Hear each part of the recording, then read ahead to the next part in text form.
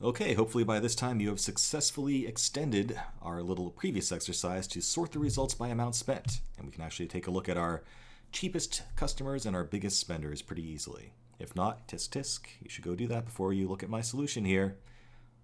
We're good? Okay. Let's go ahead and right click on the package like we usually do, and we will import my solution from the file system, which is going to be called Total Spent by Customer Sorted. Hopefully you haven't peeked at it. All right, let's take a look at that.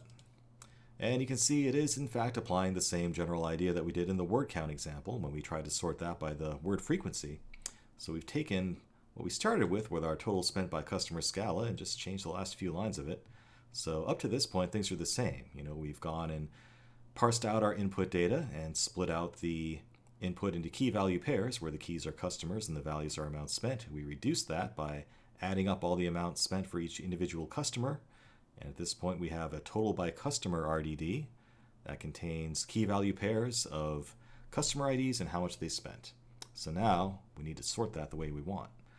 And we're going to do that same trick of flipping things around so that the thing we want to sort by is in our key.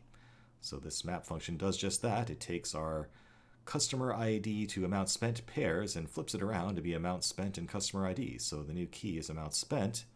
Then we can call sort by key on that to sort by amount spent. And it's just a matter of collecting the results and printing them out. So let's give that a try. Give it a run. Run configuration. Yet another Scala application. This one being called Total Spent by Customer Sorted. And the class name is com.sundogsoftware.spark.total spent by customer sorted. Let's run it and make sure it works. Well, how about that? It seems to have done so. So I didn't actually go to the trouble of flipping the output order when I printed it. If you wanted to do that and you did, then bonus points for you. Congratulations. But I just kind of took the easiest approach here because I don't want to make it too hard for you.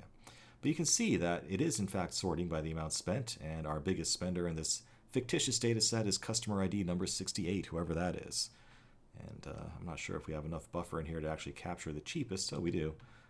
Whoever customer ID 45 is our cheapest customer who only spent about $3,300 in total.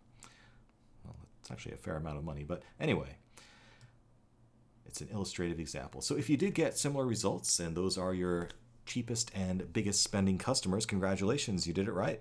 And if not, go back, compare your code to how I did it, try to see where you went wrong. But hopefully you can take a look at my implementation here and compare that to how you did it yourself and find any issues or use mine as a reference.